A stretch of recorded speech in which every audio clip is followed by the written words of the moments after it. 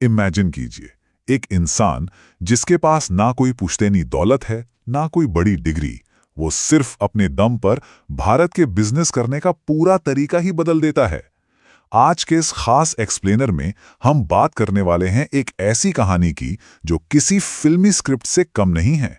Yemen के एक छोटे से पेट्रोल पंप से लेकर रिलायंस इंडस्ट्रीज के उस विशाल अंपायर तक हम डिकोड करेंगे धीरूभाई अंबानी के उस शानदार सफर को और जानेंगे कि आखिर उन्होंने ये सब कैसे मुमकिन किया।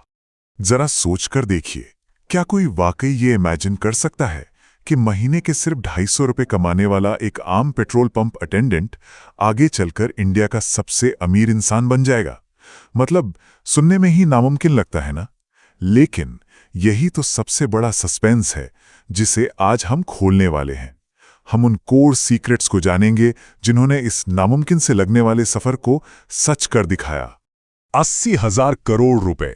अब ये सिर्फ कोई रैंडम नंबर नहीं है, ये उस विशाल लेगेसी का, उस अंपायर का सबूत है जो धीरूभाई अंबानी ने अपने पीछे छोड़ा। इस नंबर को जरा पर्सपेक्टिव में रखकर देखिए। एक तरफ 250 रुपए की सैलरी और दूसरी तरफ 80,000 करोड़ की दौलत। ये फासला ही अपने आप में बताता है कि उनकी शुरुआत कितनी साधारण थी और उनका विजन कितना असाधारण। इस पूरी जर्नी को अगर हम टाइमलाइन पर देखें तो कहानी शुरू होती है 1932 में। गुजरात के एक बहुत ही आम परिवार में उनका जन्म हुआ। घर में पैसों की तंगी थी तो पढ़ाई छोड़नी पड़ी और महज 16 साल की उम्र में वो काम की तलाश में यमन चले गए। फिर आया 1958 का वो साल जब उन्होंने भारत वापसी की। इसके बाद तो जैसे इतिहास ही बन गया। 1977 का वो ऐतिहासिक रिलायंस आईपीओ और आखिरकार 2002 में एक मैसिव एम्पायर छोड़कर जाना। चलिए आगे बढ़ते हैं पहले अध्याय की तरफ। यमन के वो शुरुआती साल और एक मामूली सैलरी पर करोड़ों वाला माइंडसेट। अब देखिए, जब आप 16 साल के हों, किसी अनजान देश में दिन रात पेट्रोल पंप पर गाड़ियों में तेल भर रहे हों और सिर्फ 250 रुपए कमा रहे हों, तो जाहिर है सपने अक्सर उतने ही बड़े होते हैं जितनी आपकी जेब। लेकिन धीरूभाई अलग ही मिट्टी के बने थे। वहां एक बहुत ही मशहूर किस्सा है। पेट्रोल पंप के मजदूर जो चाय पीते थे वो 25 पैसे की आती थी, लेकिन धीरूभाई वो पास के एक एकदम लग्जरी होटल में जाकर 1 रुपया वाली चाय पीते थे। अब कोई भी सोचेगा कि भाई जब पैसे इतने कम हैं तो अपनी कमाई का 4 गुना हिस्सा सिर्फ 1 कप चाय पर क्यों उड़ाना?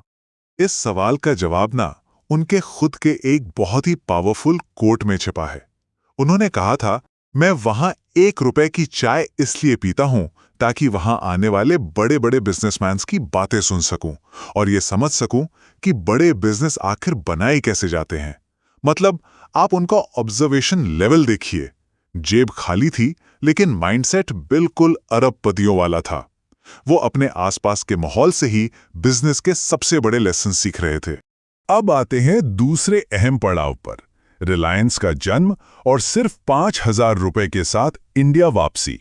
जब 1958 में वो मुंबई वापस लौटे तो उनके पास कोई बड़ा बैंक बैलेंस नहीं था, सिर्फ 5,000 रुपए थे। उन्होंने एक छोटे से कमरे से रिलायंस कमर्शियल कॉरपोरेशन की शुरुआत की। उनका शुरुआती बिजनेस मॉडल सच में कमाल का था। वो इंडिया से मसाले बाहर एक्सपोर्ट करते थे और बदले में वहां से पॉलिएस्टर यार्न यानी सूत इंपोर्ट करते थे। एकदम सिंपल लेकिन ब्रिलियंट स्ट्रैटेजी। इंडिया में मसालों की कोई कमी थी नहीं और पॉलिएस्टर के कपड़ों की डिमांड मार्केट में बस बढ़नी शुरू ही हुई थी। इसी 2-वे ट्रेडिंग ने उन्हें कॉम्पिटिटिव मार्केट में एक सॉलिड एंट्री दिला दी। इसके बाद उन्होंने एक ऐसा गोल्डन रूल अपनाया जिसने मार्केट के पुराने धुरंधरों को पीछे छोड़ दिया। High volume, low margin. मतलब मुनाफा कम रखो लेकिन माल इतना ज्यादा बेचो कि कुल प्रॉफिट आसमान छूने लगे।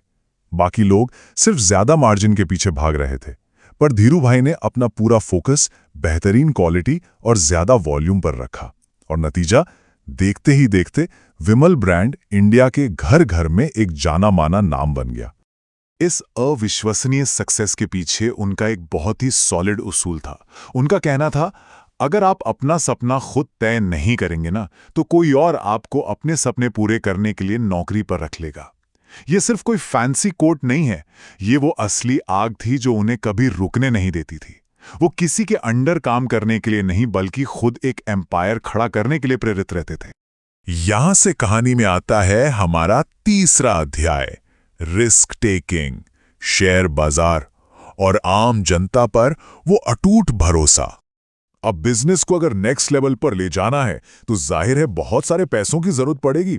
उस दौर में ट्रेडिशनल तरीका यही था कि बड़े बैंकों के पास जाओ और लोन लो, लेकिन धीरू भाई ने एक ऐसा मास्टर स्ट्रोक खेला जिसने पूरा गेम ही पलट दिया। उन्होंने बैंकों के बजाय भारत के आम मिडिल क्लास नागरिकों पर सीधा भरोसा किया। 1977 के उस ग्राउंड ब्रेकिंग रिलायंस आईपीओ के जरिए सीधे पब्लिक को अप्रोच किया गया। नतीजा यह हुआ कि लाखों आम लोगों ने उन पर विश्वास किया, पैसे लगाए और रिलायंस के साथ साथ खुद भी बहुत अमीर बने। बेशक ये जर्नी कोई स्मूथ हाईवे नहीं थी। सरकारी नीतियां अड़चन बनी, कॉम्पिटिटर्स ने उन्हें हर तरफ से घेरने और गिराने की कोशिश की, लेकिन उन्होंने कभी हार नहीं मानी। उनका एक बहुत फेमस कोट है, मुश्किलों के बीच जो रास्ता ढूंढ ले वही असली सिकंदर है। और वो सच में सिकंदर निकले। जितनी बार उनके सामने रुकावटें आईं, वो हर बार पहले से भी ज्यादा मजबूती के साथ बाउंस बैक करते गए। एक ऐसी लेगेसी जो आज भी अमर है। 6 जुलाई 2002 को धीरू भाई हमें छोड़कर चले गए, लेकिन वो अपने पीछे सिर्फ एक कंपनी नहीं छोड़ गए, वो 80,000 करोड़ का एक ऐसा विशाल एम्पायर छोड़ गए जिसने इंडिया के पूरे बिजनेस लैंडस्केप को जड़ से बदल दिया। उन्होंने पूरी दुनिया को यह साबित कर दिखाया कि बिजनेस में पूंजी से भी ज्यादा जरूरत अदम्य साहस और हौसले की होती है। और आज उनके बेटे उसी एम्पायर को आगे बढ़ा रहे हैं। तो आखिर में एक सवाल जो हम सबको खुद से पूछना चाहिए, धीरूभाई अंबानी की लाइफ का वो कौन सा लेसन है, चाहे वो बड़े सपने देखना हो या रिस्क लेना, जो आपको सबसे ज्यादा इंस्पायर करता है? उनके सफर से हमें यही सीखने को मिलता है कि हमारी शुरुआत चाहे जितनी भी छोटी हो, अगर विजन बड़ा है तो कुछ भी अचीव किया जा सकता है। इस एक्सप्लेनर के साथ जुड़ने के लिए बहुत बहुत शुक्रिया। हमेशा कुछ नया सीखते रहिए और हाँ, हमेशा बड़ा सोचिए।